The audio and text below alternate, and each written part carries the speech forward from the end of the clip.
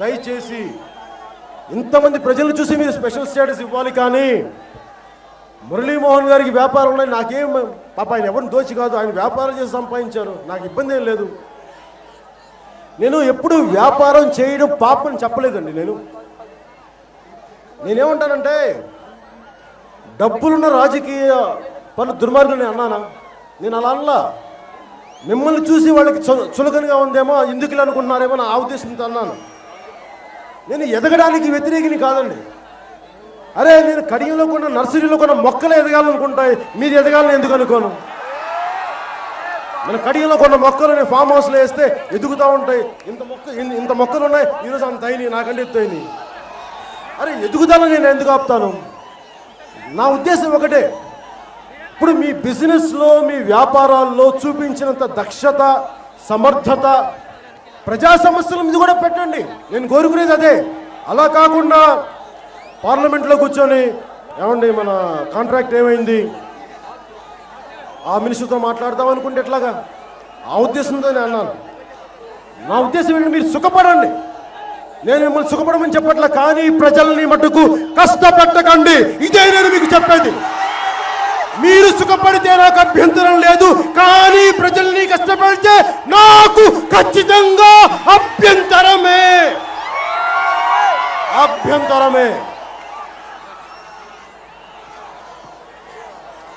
సొంత లాభం కొంతే మానుకోమన్నాను మొత్తం. దయచేసి పార్లమెంటు వ్యక్తులందరి సభ్యులందరూ చెప్తున్నాను, మీ సొంత లాభాలు మానుకోమన్నా మీరు మానుకోరు, నాకు తెలుసు.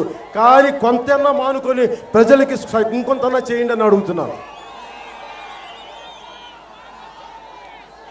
తెలుగుదేశం పార్టీ నాయకులకి నేను నా అన్నయ్యని వదిలి, మా వదిన్ని వదిలి, మా అమ్మని వదిలి, మా అక్క చెల్లెల్ని వదిలి కాదనుకొని నేను తెలుగుదేశం పార్టీకి, భారతీయ జనతా పార్టీకి నేను కొమ్ము కాశాను, భుజం కాశాను, ప్రాణాలు తెగించేలా మీకు అండగా నిలబడ్డాను.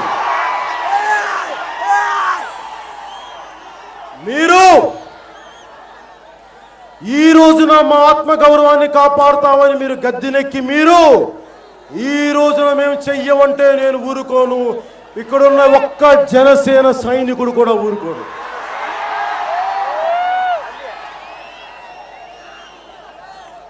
కాంగ్రెస్ నాయకులు కేవీపీ రామచంద్రరావు గారు అంటారు, మొన్న మేము కాంగ్రెస్ చేసిన తప్పిదాలు మీరు చేయకూడదంట. నాకు అర్థం కావట్లా. ఈ పుస్తకం లెజిస్లేటింగ్ ఫర్ జస్టిస్ అని చెప్పి భూసేకరణ చట్టం కొత్త తీసుకొచ్చారు. 1880 తర్వాత 2000 తీసుకొచ్చారు కాంగ్రెస్ ప్రభుత్వం. ఇది రాసింది శ్రీ జయరాం రమేష్, ఇంకొకరు, ఇద్దరు కలిపి రాశారు. నేను అడిగేది ఒకటే, జయరాం రమేష్ గారు, మీరింత తెలివిగల వ్యక్తి, మీరింత నిబద్ధత గల వ్యక్తి, నేను మీ ఇంటిగ్రిటీని శంకించట్లేదు. కానీ మీరు ఎందుకు కాంగ్రెస్ నాయకుల ప్రశ్న ఏంటంటే, మీరు 2004 నుంచి చెప్తున్నారు తెలంగాణ ఇస్తాం అన్నప్పుడు మీరు ఎందుకు మాకు రాజధానిని మీరు ముందే ఎందుకు సెలెక్ట్ చేయలేదు? ఎందుకు నిధులు ఇవ్వలేదు? ఎందుకు మమ్మల్ని 42 సంవత్సరాల తర్వాత మెడపెట్టి తోసి తిట్టించి మాకు ఎందుకు కడుపు మంట కలిగించారు? ఎందుకు?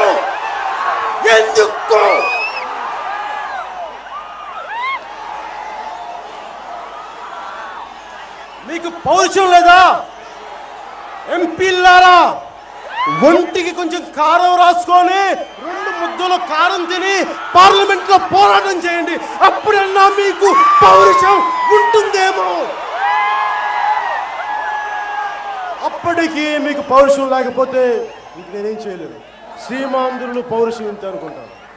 అప్పుడు మీరు రాజకీయాల్లో మేము సీమాంధ్ర ప్రజల తరపున పోరాడతామన్న మాటలు మటుకు దయచేసి చెప్పకండి, ఇక నమ్మరు. ఏమండి, ఇక్కడ నా అన్నదమ్ముని, నా అక్క చెల్లెల్ని అందరినీ అడుగుతున్నాం, అకౌంటబిలిటీ తప్పు చేస్తే ఐఏఎస్ ఆఫీసర్లకేనా అండి, ఐపీఎస్లకేనా అండి, ప్రభుత్వ ఉద్యోగులకైనా రాజకీయ నాయకుల అకౌంటబిలిటీ తెలియదా? మాట ఇచ్చి మాట తప్పుకున్న రాజకీయ నాయకుల్ని ఎవరు నిలబెడతారు? మీరు తప్పు చేశారని మనమే నిలబెట్టాలి, ప్రజలు నిలబెట్టాలి, దేశం మొత్తం ఉన్న ప్రజలు నిలబెట్టి తీరాలి. మీరు మాట ఇచ్చి తప్పించుకుంటే మీరు తప్పించుకోవడానికి లేదు. మేము ఊరుకు చూస్తూ ఊరుకోం. టీజీ వెంకటేష్ గారు నన్ను కుంభకర్ణుడు అన్నారు. నేను కళ్ళు తెరిస్తే చాలా మాట్లాడగలను తెలుగుదేశం ప్రభుత్వం మీద, మీ మీద. మీరు కర్నూలులో మీ పరిశ్రమలు చాలా కాలుష్యం జల్లుతున్నాయి. నేను వాటి గురించి కూడా మాట్లాడగలను. ప్రజలు తాగే నీళ్లలో కలిసిపోతే అందరికీ రోగాలు బారిన పడుతున్నారు. మహబూబ్ నగర్లో, అలంపూర్లో మీకు సంగతి తెలుసా? మీరు నాకు రాజకీయాల గురించి నాకు చెప్పకండి. నేను మీలాగా అవకాశవాదపు రాజకీయాలు చేయను. ఇంకోటి చెప్తున్నాను, టీజీ వెంకటేష్ గారు సభాముఖంగా, గౌరవనీయుల టీజీ వెంకటేష్ గారు, నాకు మీరంటే గౌరవం ఉంది. ఎందుకంటే సుస్వాగతం సినిమాకి వారింట్లో నేను ఆతిథ్యం స్వీకరించాను. నాకు ఆ గౌరవం ఉంది. మిమ్మల్ని అనాలంటే మీరు ఎంత సంస్కారహీనమైన భాష మాట్లాడినా నేను కేవలం సంస్కారంతో మాట్లాడుతుంటానికి కారణం నాకు సంస్కారం ఉంది నాలో. ఎందుకంటే మీకు నాతో వ్యక్తిగతంగా నాకేం కోపం లేదు. నేను మాట్లాడుతున్న ప్రజా సమస్యల మీదే. ఒక్క విషయం, టీజీ వెంకటేష్ గారు, జనసేన సైనికులలో, ఇక్కడున్న జనసేన సైనికులలో ఒక్కరు వద్దనుకున్న రాజ్యసభ సీట్ అది మీరు కూర్చున్నది. ఒక్కరు వద్దనుకున్నారు. అవసరం లేదు, మనం నిస్వార్థంగా నిలబడతాం.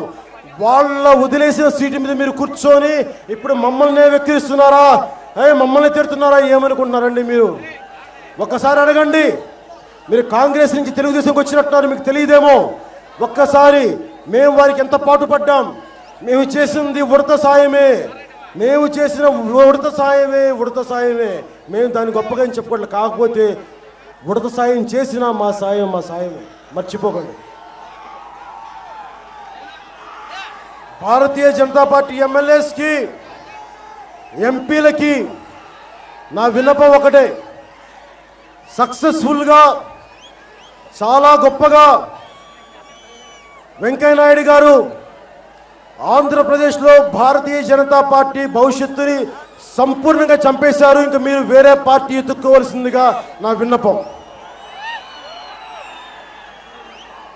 నేను అడిగేది ఒకటే, కేంద్రం దృష్టిలో పడాలంటే మనం ఏం చేయాలి?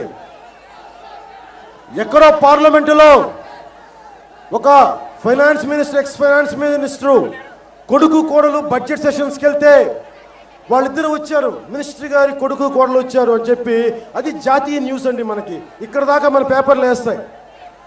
అలాగే ఒక జాతీయ నాయకుల మనవళ్ళు మునిమనవరాళ్ళు వచ్చారు అని చెప్పి వాళ్ళ న్యూస్ మనకు వస్తాయి. కానీ తెలంగాణలో 600 మంది చనిపోయినా కానీ సీమాంధ్రులు ఇంతమంది ప్రజలు బయటికి వచ్చి సమైక్యాంధ్ర కోసం పోరాడితే ఏనాడు అది ఒక ఢిల్లీ పేపర్లలో కానీ ఒక జాతీయ పత్రికల్లో కానీ అది వాళ్ళు మనకు చేసిన దుర్మార్గం, అది వాళ్ళు మనకు చేసిన అన్యాయం. అంటే మీరు పిక్నిక్లకు వెళ్తే మేము చూడాలా? ఇక్కడ మా కడుపు మంటతో కోతలతో మేము ఏడుస్తూ ఉంటే మీకు కనిపించవా? ఏం చేస్తాం? మా సీమాంధ్ర నాయకులు లాంటి వాళ్ళు, అప్పుడు బ్రిటిష్ వాళ్ళకి భారతీయ నాయకులు, అప్పుడు రాజులు ఎలా తొత్తులుగా మారారో మీరు ఈ రోజున సీమాంధ్ర నాయకులు ఎంతమంది నాకు తెలియదు, కానీ మీరు వాళ్ళ కొమ్ము కాస్తున్నారు. ఇది ఖచ్చితంగా దీన్ని మేము చాలా బలంగా ఎదుర్కొంటాం.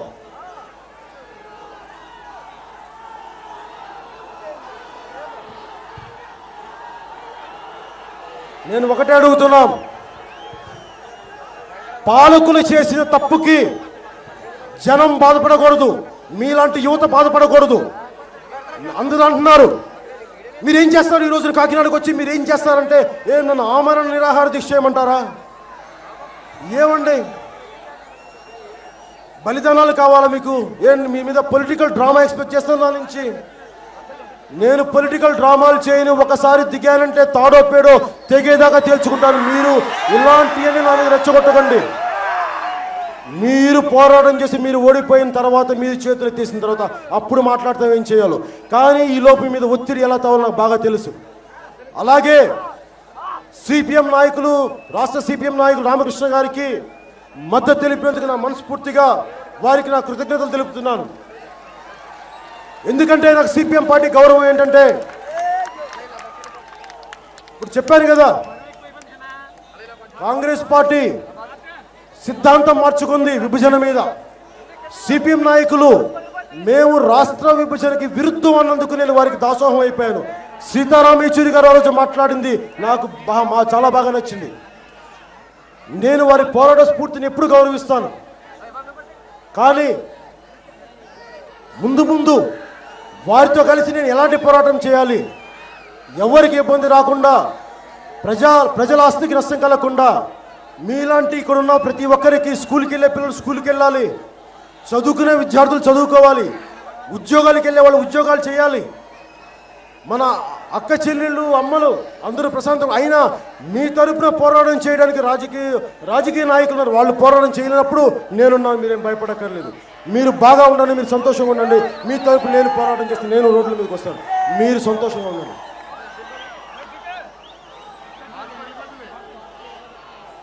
నా ఉద్దేశం ఒకటే, ముందు నేను నా రెజల్యూషన్స్ ఏంటంటే, ఇక్కడ 400 మంది పైచిలుకు బలిదానాలు జరిగాయి సీమాంధ్రలో ప్రత్యేక రాష్ట్రం కోసం. ఒకవైపున తెలంగాణ నాయకులు వాళ్ళు చనిపోయిన కుర్రవాళ్ళకి ప్రతి ఒక్కరికి పేరు పేరున గౌరవిస్తూ తెలంగాణ స్మారక స్థూపం ఉంది. సీమాంధ్రకి స్మారక స్థూపం, సీమాంధ్ర బలిదానాలకి స్మారక స్థూపం ఎక్కడుంది? నేను తెలుగుదేశం ప్రభుత్వం నా విన్నపం, కనీసం మీరు చనిపోయిన అమరవీరులని మీరు గౌరవించాల్సిన అవసరం ఉంది. చాలా అన్యాయంగా అనవసరంగా వారి బలిదానాలు వృధా కాకూడదు. అందుకని వారి తరపున కర్నూలులో కానీ ఇప్పుడు రేపు రాబోయే అమరావతిలో కానీ ఖచ్చితంగా మీరు స్మారక స్థూపం చేయాలి. వారి పేర్లు తెలుసుకోండి, ఆ 400 పేర్లు తెలుసుకోండి. వెంకయ్యనాయుడు గారు, మీకు ఒక విషయం తెలుసా? ఆ చనిపోయిన వాళ్ళల్లో మా అమ్మ బంధువు ఒక అబ్బాయి ఉన్నాడు. మా అమ్మ నా దూరం మేనమామ వరుస అబ్బాయి. వాళ్ళ అమ్మ ఏమైనా తెలుసా? నెల్లూరు వాళ్ళం కదా. ఆమె ఏమైనదంటే, ఆ వెంకయ్యనాయుడు నా బిడ్డను పట్టున పెట్టుకున్నాడు అనేది. అంటే మీరు మర్చిపోకండి, మీరు గతంలో మీరు విశాఖపట్నం విద్యార్థి ఉద్యమాల్లో ఉన్నప్పుడు మీ భావ ఉద్వేగానికి పిల్లలు రెచ్చిపోయి రోడ్ల మీదకి చచ్చిపోయారు. వాళ్ళల్లో 200 మంది యువకులు కేవలం మీ ఉద్వేగపూరిత ప్రసంగాల కోసం వినే చచ్చిపోయారు. మీరు దయచేసి అది కూడా బాధ్యత తీసుకుని దీన్ని మర్చిపోవద్దు. అది ఎప్పుడో 72లో జరిగిందంటే, ఏమండి 72లో జరిగితే నన్ను తిట్టారండి తెలంగాణలో, నా సినిమా సెట్లు కాల్చారండి, నేను తెలంగాణ ప్రజలకు ఏం ద్రోహం చేశారండి, మీరు చేసిన విధి విధానాల వల్ల నన్ను తిట్టారండి. ఇంటికి వచ్చి నేను చెప్పుకున్నాను నన్ను తిట్టే వాళ్ళకి, సార్ నేను ఏం చేశాను చెప్పండి, నేను మీకు ఎప్పుడు అడ్డొచ్చాను, నేను మీ స్థలంలో ఎప్పుడు ద్రోహం చేశానంటే, వాళ్ళల్లో నన్ను చంద్రబాబు నాయుడు గారిని చూసుకున్నారు, వాళ్ళలో నన్ను రాజశేఖర రెడ్డి గారిని చూసుకున్నారు, నన్ను పెట్టి వాళ్ళు అందరు నాయకులను చూశారు. నాలో చంద్రబాబు నాయుడు గారు కనిపించారు, నాలో ప్రతి సీమాంధ్ర నాయకుడు కనిపించారు. వాళ్ళకి నేను పడ్డాను మీరు చేసిన విధి విధానాల తప్పుల వల్ల. మీరు 1997లో మీరు ఇచ్చిన మాటకి హైదరాబాద్లో ఉన్న ప్రతి సీమాంధ్రుడు క్షోభ అనుభవిస్తున్నాడు. వెంకయ్యనాయుడు గారు, మీ భారతీయ జనతా పార్టీ చేసిన తప్పు. అలాగే 2004లో కాంగ్రెస్ నాయకులు తాత్సారం చేసి మీరు లేట్ చేసిన దానికి వాళ్ళ బలిదానాల వల్ల ఈ రోజుకి సీమాంధ్రులు హైదరాబాద్లో ఒక చిన్న భయం ఉంటుంది లోపల. ఎక్కడో తెలంగాణ ప్రజలు ఏమనరు, కానీ ఎక్కడో ఏదన్నా జరిగితే అన్న ఒక భయం పెట్టేశారు మీరు. అది మీరు చేసిన తప్పు. జాతిని ఇంత దెబ్బ కొట్టారు మీరు, దయచేసి దీన్ని సరిదిద్దుకోండి. కాంగ్రెస్ నాయకులు, భారతీయ జనతా పార్టీ జాతీయ నాయకులు దయచేసి మీరు దీన్ని దృష్టిలో పెట్టుకొని ముందు రాజకీయాలు చేయబోయే ముందు, మేనిఫెస్టోల్లో మాట పెట్టబోయే ముందు మీరు చెయ్యగలిగేవే చెయ్యండి, చెయ్యగలిగేవే పెట్టండి. నేను నిజంగా వాడుకోవాలి మిమ్మల్ని ఇంకా ఇబ్బందులు పెట్టాలంటే 2.5 సంవత్సరాలు నేను తిప్పలు పెట్టగల నాకు ఆ ధైర్యం ఉంది, దమ్ము ఉంది. పైగా మీరు అన్ని తప్పులు చేశారు. కానీ ఎందుకు ఆగాను? రాష్ట్రం విడిపోయింది. చాలామంది విసిగిపోయే రోడ్ల మీదకి వచ్చి అటు తెలంగాణలో ఇటు హైదరాబాద్లో సీమాంధ్రలో మళ్ళీ నేను వచ్చి ఇదే రాజకీయం చేసి ఎందుకు ఇబ్బంది పెట్టడం చెప్పి దానికి 2.5 సంవత్సరాలు అయిపోయింది. ఇక మీరు మేల్కొని ప్రజలకి న్యాయం చేస్తారా, ఇంకా ఇట్లాగే ఉంటారా అనేది మీ చేతిలో ఉంది. దయచేసి నాయకులందరికీ చెప్తాను, నాకు మీ మీద ఎదురు తిరిగే ప్రయత్నాలు వాతావరణం కల్పించగలి, ఇదే మిమ్మల్ని కోరుకున్నాను.